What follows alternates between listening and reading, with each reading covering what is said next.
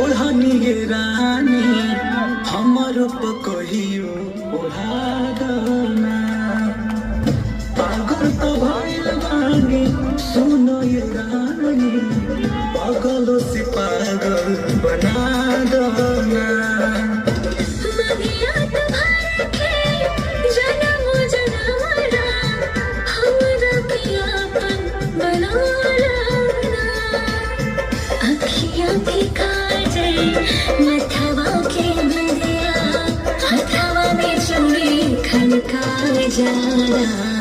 रेशम के जालीदार ओढ़नी गे रानी हमर कहियो